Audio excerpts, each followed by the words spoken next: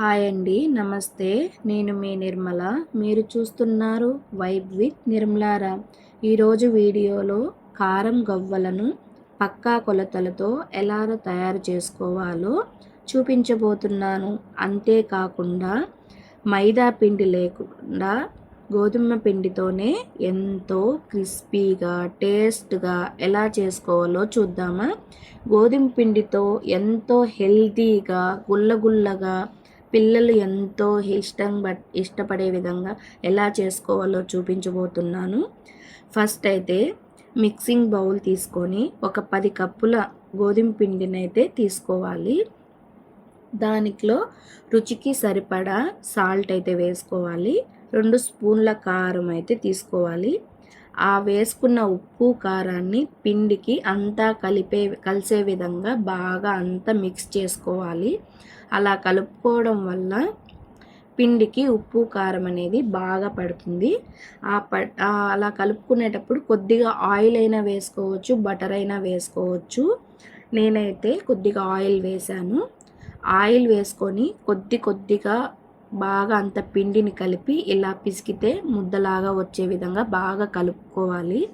అలా కలుపుకున్న పిండిలో కొద్దిగా వాటర్ పోసుకుంటూ చపాతీ పిండిలాగా సాఫ్ట్గా కలుపుకోవాలి. ఇలా ఉండలు చేస్తే చేతికి అంటుకోకుండా ఇలా సాఫ్ట్గా వచ్చే విధంగా అయితే పిండిని బాగా మిక్స్ చేసుకోవడం వల్ల గవ్వ అనేది టేస్టీగా క్రిస్పీగా ఉంటుంది.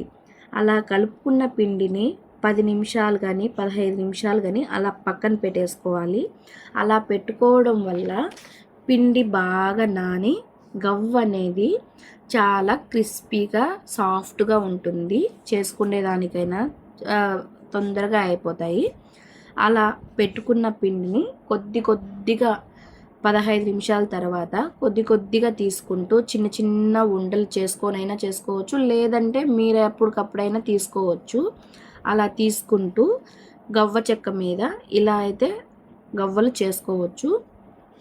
మీ దగ్గర గవ్వ చెక్క లేదు అంటే ఇలా ఫోర్క్ ఉంటుంది కదా, ఫోర్క్ పైనైనా చేసుకోవచ్చు, లేదా ఒక గరిటె ఉంటుంది కదా, తుల్లల గరిట, ఆ గరిటె మీదైనా కూడా ఇలా షేప్ వచ్చే విధంగా చేసుకోవచ్చు.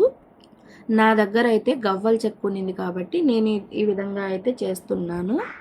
ఈ గవ్వలు చేసేటప్పుడు అలా అతుక్కుంటూ ఉంటే ఎప్పుడైనా కూడా కొద్దిగా ఆయిల్ అయినా వేసుకోవచ్చు, లేదా కొద్దిగా గోధుమ పిండిని అయితే చల్లుకుంటూ కొద్దిగా వేసుకుంటూ ఇలా కొంచెం చిన్న బాల్స్ తీసుకుంటూ ఎంతో ఈజీగా చేసుకోవచ్చు. పిల్లలు కూడా ఎంతో ఇష్టంగా తింటారు. అలా చేసుకుండా పిండిని తీసుకుంటూ కొద్దిగా తీసుకుంటూ ఇలా అయితే ఒకటొకటిగా చేసుకున్న గవ్వలను ఇలా అయితే వేసుకోవాలి. ఇలా వేసుకోవడం వల్ల ఒక 10 నిమిషాలు అయితే అలానే పెట్టుకోవాలి. అలా పెట్టుకోవడం వల్ల ఎంతో క్రిస్పీగా వస్తాయి. అలా కొద్దిగా ఆరడం వల్ల క్రిస్పీగా అనేవి వస్తాయి. తర్వాత అయితే ప్యాన్ పెట్టుకోవాలి. ప్యాన్ పెట్టుకొని కన్సిస్టెన్సీకి తగ్గ ఆయిల్ పోసుకోవాలి. దానికి సరిపడా ఆయిల్ అయితే ఈ విధంగా తీసుకోవాలి. తీసుకున్న ఆయిల్లో మనం చేసుకున్న గవ్వలను ఒకటొకటిగా తీసుకొని ఆ ఆయిల్లో వేసుకొని మంటని లో ఫ్లేమ్లో పెట్టుకోవాలి. అలా మంటని లో ఫ్లేమ్లో పెట్టుకోవడం వల్ల మనం ఈ వేస్తున్న గవ్వలు లోపల పచ్చిగా లేకుండా పిండిగా లేకుండా ఎంతో క్రిస్పీగా లోపల బాగా కాలి ఎంతో టేస్టీగా ఉంటాయి.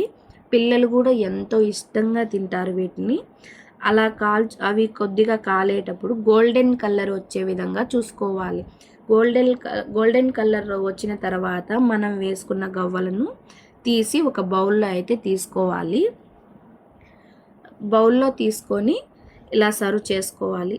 లో ఫ్లేమ్లో పెట్టుకొని కాల్చుకోవడం వల్ల ఎంతో క్రిస్పీగా వస్తాయి. ఇలా గోల్డెన్ కలర్లో వచ్చేదాకా కాల్చుకోవడం వల్ల గవ్వ అనేది ఈ బాగా గట్టిగా లేకుండా కొంచెం క్రిస్పీగా అనేది వస్తుంది. పిల్లలు కూడా ఎంతో ఇష్టంగా తింటారు వీటిని. ఈవినింగ్ స్నాక్స్కి చాలా బాగా తింటారు. ఈ విధంగా చేసుకున్న గవ్వలను ఇలా సర్వ్ చేసుకోవాలి. అంతే అండి, ఎంతో ఈజీగా సింపుల్గా మన ఇంట్లో ఉండే ఇంగ్రీడియంట్స్తో ఎక్కువ శ్రమ లేకుండా ఈజీగా సింపుల్గా చేసుకునే స్నాక్ ఏదంటే గవ్వలు. పిల్లలు కూడా ఎంతో ఇష్టంగా తింటారు, పెద్దలు కూడా ఎంతో ఇష్టంగా తింటారు. దీనికి పెద్ద ఎక్కువ శ్రమ కూడా అవసరం లేదండి. ఈజీగా సింపుల్గా మన ఇంట్లో ఉండే ఇంగ్రీడియంట్స్తో చేసుకోవచ్చు. ఈ వీడియో కన్నా నాకు నచ్చినట్టయితే please like, share, subscribe my channel and vibe with నిర్మలారా. Bye friends.